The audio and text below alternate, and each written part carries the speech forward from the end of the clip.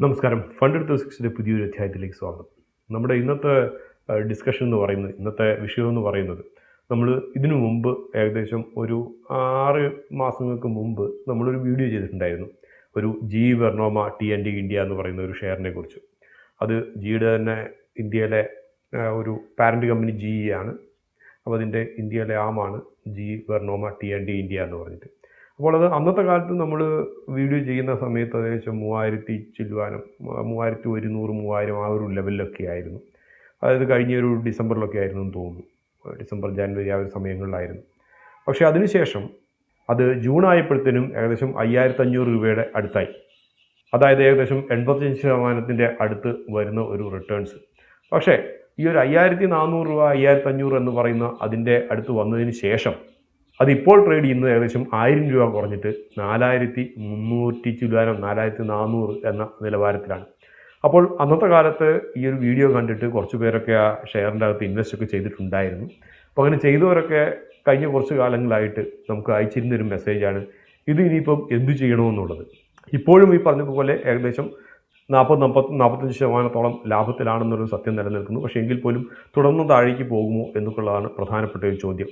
ഇത്തരത്തിലുള്ള കുറേ ചോദ്യങ്ങളൊക്കെ കുറേ കാലങ്ങളായിട്ട് ലഭിക്കുന്നു. പക്ഷേ കഴിഞ്ഞൊരു 3-4 മാസങ്ങളായിട്ട് നമുക്ക് കൃത്യമായിട്ട് ഇടവേളകളിൽ വീഡിയോ ചെയ്യാൻ സാധിച്ചിരുന്നില്ല.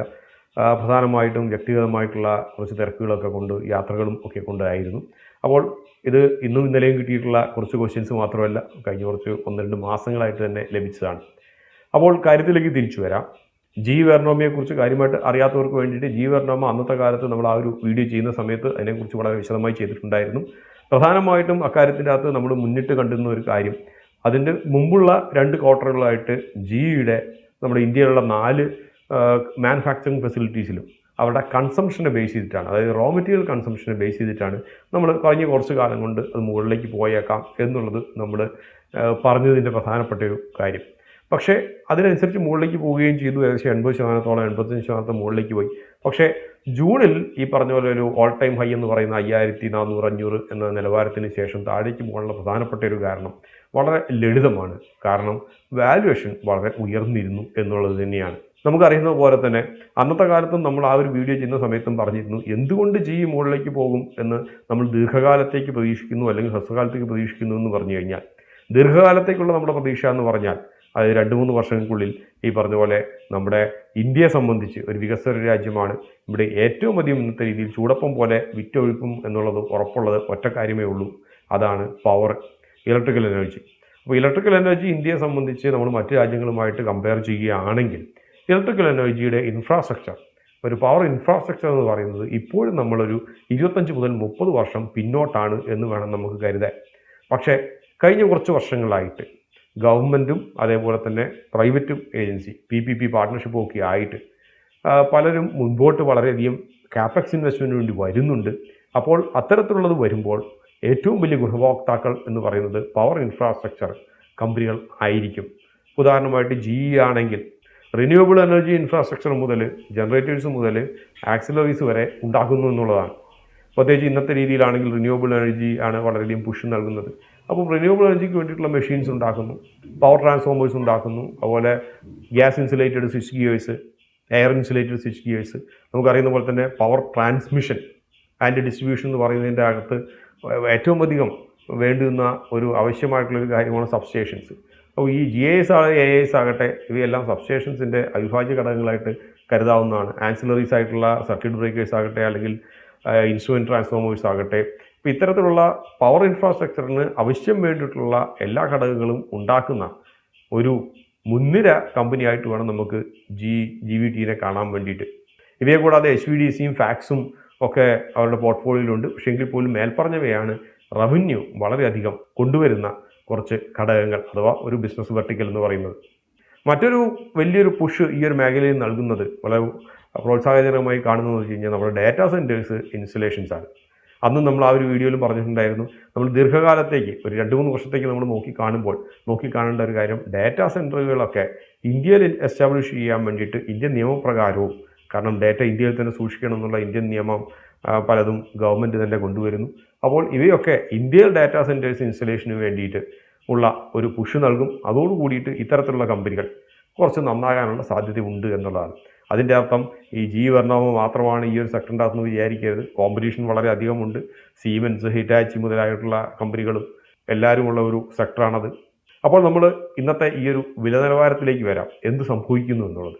ജൂൺ മുതലുള്ള കാലയളവിൽ വിലയിടിവ് സംഭവിച്ചു എന്നുള്ളൊരു സത്യമാണ്. അത് ഓവർ വാല്യുവേഷൻ ആയതുകൊണ്ട് തന്നെയാണ്. മറ്റ് പ്രധാനപ്പെട്ട നെഗറ്റീവായിട്ടുള്ള കാര്യങ്ങളൊന്നും ഈ ഒരു കമ്പനിയെ സംബന്ധിച്ച് സംഭവിച്ചിട്ടില്ല.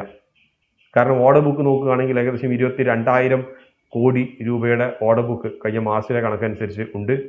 ഇവയുടെ ഏകദേശം 3/4 പങ്കും അദാനിയും PGCIലും പോലുള്ള പ്രൈവറ്റ് കമ്പനികളിൽ നിന്നുണ്ടാണ്. അപ്പോൾ അതുകൊണ്ട് തന്നെ കളക്ഷൻസിനെ കുറിച്ച് കാര്യമായിട്ട് നമ്മൾ ബോധർ ചെയ്യേണ്ട ഒരു ആവശ്യമില്ല. അതുപോലെ ഓർഡർ ഇൻഫ്ലോ നോക്കുകയാണെങ്കിൽ ഏകദേശം 15,000 കോടി രൂപയുടെ ഓർഡർ ഇൻഫ്ലോ, ഏകദേശം 37% ഉയർന്നിട്ടുള്ളത് ഫിനാൻഷ്യൽ ഇയർ 26ൻ്റെ അകത്ത് നമുക്ക് കാണാൻ കഴിയും.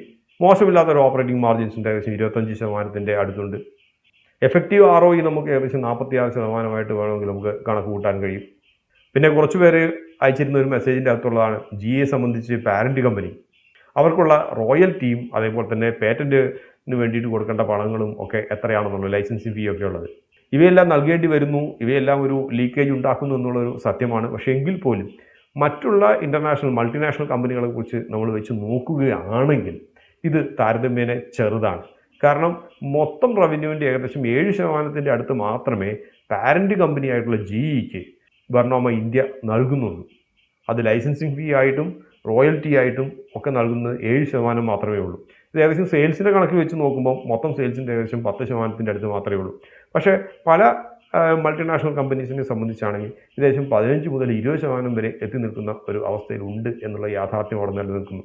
അടുത്തായിട്ട് നിക്ഷേപിക്കേണ്ടവർ എന്ത് ചെയ്യണം എന്നുള്ളതാണ്. ഇന്നത്തെ ഈ ഒരു വില നിലവാരത്തിൽ നിക്ഷേപിക്കാമോ എന്ന് ചോദിച്ചു കഴിഞ്ഞാൽ നിക്ഷേപിക്കുന്നതിൽ തെറ്റില്ല എന്ന് പറയാം. പക്ഷേ എങ്കിൽ പോലും നിങ്ങളൊരു പുതിയ നിക്ഷേപകനാണെങ്കിൽ, അതായത് ഈ ഒരു 3000 നിലവാരത്തിലൊന്നും നിക്ഷേപിച്ച് തുടങ്ങിയിട്ടില്ലെങ്കിൽ പുതിയ നിക്ഷേപകനാണെങ്കിൽ നിങ്ങൾ കുറച്ചൊരു ഇൻസ്റ്റാൾമെൻറ്റ് ബേസിൽ നിക്ഷേപിക്കുന്നതായിരിക്കും നല്ലത്. ഒരു 3-4 പാർട്സായിട്ട് നിക്ഷേപിക്കുന്നതായിരിക്കും നല്ലത്.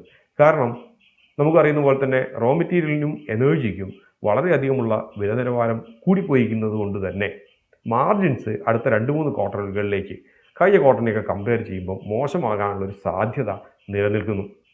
അത് മെറ്റലാകട്ടെ എനർജി ആകട്ടെ എല്ലാത്തിനും ഉയർന്ന വില നിലവാരം ഒരു കോമ്പറ്റീറ്റീവ് ബിഡിങ് ആയതുകൊണ്ട് തന്നെ ആ ഒരു റോ മെറ്റീരിയലിലുള്ള വർധനവ് സ്വന്തം കമ്പനി തന്നെ സഹിക്കേണ്ടതായിട്ട് തന്നെ വരും. പക്ഷേ എങ്കിൽ പോലും കമ്പനി ഒരു 2-3 ക്വാർട്ടറുകൾക്കുള്ളിൽ അതിൻ്റെ പ്രൈസ് ഒരു സ്റ്റെബിലൈസ് ചെയ്യുമെന്ന് വേണം നമുക്ക് കരുതാൻ വേണ്ടിയിട്ട്. അതുകൊണ്ട് തന്നെ ഒരു 3 മുതൽ 4 മാസം വരെ നീണ്ടു നിൽക്കുന്ന ഒരു പീരീഡിൽ, നിങ്ങൾ ദീർഘകാല നിക്ഷേപകനാണെങ്കിൽ ഈ 3 മുതൽ 4 മാസം വരെ നീണ്ടു നിൽക്കുന്ന ഒരു പീരീഡിൽ ഫ്രഞ്ചസ് ആയിട്ട് നിങ്ങൾ ഇൻസ്റ്റാൾമെൻറ്റ് ബേസിസിൻ്റെ അകത്ത് നിക്ഷേപിക്കുന്നതായിരിക്കും ഏറ്റവും ഉചിതമായിട്ടുള്ളത്. അതേസമയം 3000 വില നിലവാരത്തിലൊക്കെ ഓൾറെഡി എൻ്റർ ചെയ്തു, 6-7 മാസങ്ങളായി കയ്യിലുണ്ട്. ഇപ്പോൾ എന്നിട്ട് ഒരു 10-40% ലാഭത്തിലാണ് എന്നുള്ളവരെ സംബന്ധിച്ച് ഹോൾഡ് ചെയ്യുക. 4100, 4200 എന്ന വില നിലവാരത്തിലൊക്കെ എത്തുകയാണെങ്കിൽ നിങ്ങളുടെ പൊസിഷൻ സൈസിങ് കറക്റ്റാക്കാൻ ഉള്ള ഒരു ഗ്യാപ്പും കൂടെ, ഒരു ഹെഡ്റൂമും കൂടി അവിടെ ഉണ്ടെങ്കിൽ നിങ്ങൾക്ക് ആ ഒരു വില നിലവാരത്തിൽ വേണമെങ്കിൽ പുതുതായി കുറച്ച് ആഡ് ചെയ്യുന്നതിൻ്റെ അകത്ത് വലിയൊരു തെറ്റില്ല എന്നാണ് നമുക്ക് നമ്പേഴ്സ് കാണുമ്പോൾ തോന്നുന്നത്. റിസ്കുകളൊന്നുമില്ലേ, ഇതെല്ലാം നല്ല രീതിയിൽ പോകുന്നതാണോ എന്ന് ചോദിച്ചു കഴിഞ്ഞാൽ റിസ്ക് ഇല്ലാത്ത ഒരു ബിസിനസ്സും ഈ ലോകത്തില്ല എന്നുള്ളതാണ് സത്യം. ഒന്ന് നേരത്തെ പറഞ്ഞതുപോലെ തന്നെ ഹിറ്റാച്ചി ആകട്ടെ അല്ലെങ്കിൽ സീമെൻസ് ആകട്ടെ ABB ആകട്ടെ ഇവരുടെ അടുത്തുനിന്നുള്ള കോമ്പറ്റീഷൻ ചില്ലറയൊന്നുമല്ല. മറ്റൊന്നുള്ളത് പവർ ഇൻഫ്രാസ്ട്രക്ചർ ഡെവലപ്പ് ചെയ്യാനെടുക്കുന്ന കാലതാമസമാണ്. നമുക്കറിയുന്ന പോലെ തന്നെ ഗവൺമെൻറ്റിൻ്റെ അക്വിസിഷൻസൊക്കെ അതിൻ്റേതായിട്ടുള്ള കാലതാമസം എടുക്കും.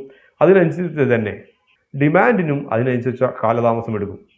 കാരണം ഏകദേശം 25 മുതൽ 30% വരെ ഉള്ള റവന്യൂ ഗവൺമെൻറ്റുമായിട്ടോ അല്ലെങ്കിൽ ഗവൺമെൻറ് അലൈഡ് ആയിട്ടുള്ള പ്രോജക്റ്റിൽ നിന്നാണ് ലഭിക്കുന്നത്. ബാക്കി ഏകദേശം 70-75% മാത്രമാണ് പ്രൈവറ്റ് കമ്പനികളിൽ നിന്നുള്ള റവന്യൂ. മറ്റൊന്നുള്ളത് നേരത്തെ പറഞ്ഞ പോലെ തന്നെയാണ് റോ മെറ്റീരിയലിലുള്ള കയറ്റിയിറക്കങ്ങൾ, എനർജി കോസ്റ്റിലുള്ള കയറ്റിയിറക്കങ്ങൾ. ഇവയെല്ലാം പലപ്പോഴും ഒരു എസ്റ്റിമേഷൻ അസാധ്യമെന്ന രീതിയിലാണ് ഇന്നത്തെ രീതിയിൽ മുമ്പോട്ട് പോകുന്നത്. പക്ഷേ ഒരു ദീർഘകാല നിക്ഷേപകരെ സംബന്ധിച്ച് താരതമ്യേന സുരക്ഷിതമായിട്ടുള്ള ഒരു നിക്ഷേപമായിട്ട് തന്നെയാണ് ഇപ്പോഴും ഈ ഒരു സ്റ്റോക്കിനെ നോക്കിക്കാണുന്നത്. ഇങ്ങനെയൊക്കെ ആണെങ്കിലും ദീർഘകാല നിക്ഷേപകനാണെങ്കിൽ പോലും എല്ലാ ക്വാർട്ടർലി റിസൾട്ട്സും വായിച്ചു നോക്കാനും അപഗ്രഥിക്കാനും ഉള്ള സമയം നിങ്ങൾ തന്നെ കണ്ടെത്തുക. നല്ലതോ ചീത്തയായിട്ടുള്ള വാർത്തകളോ അല്ലെങ്കിൽ നമ്പേഴ്സിൽ തന്നെ എന്തെങ്കിലും ദുരൂഹതകളോ ഇവയൊക്കെ തോന്നുന്നുണ്ടെങ്കിൽ യാതൊരു മടിയും കൂടാതെ ഏത് സ്റ്റോക്കിൻ്റെ അകത്തുനിന്നാണെങ്കിലും എക്സിറ്റ് ചെയ്യാൻ വേണ്ടിയിട്ടുള്ള ഒരു വിവേക ബുദ്ധി കാണിക്കുക. മറ്റൊരു അധ്യായത്തിൽ നമുക്ക് വീണ്ടും കാണാം. അതുവരെ നന്ദി, നമസ്കാരം.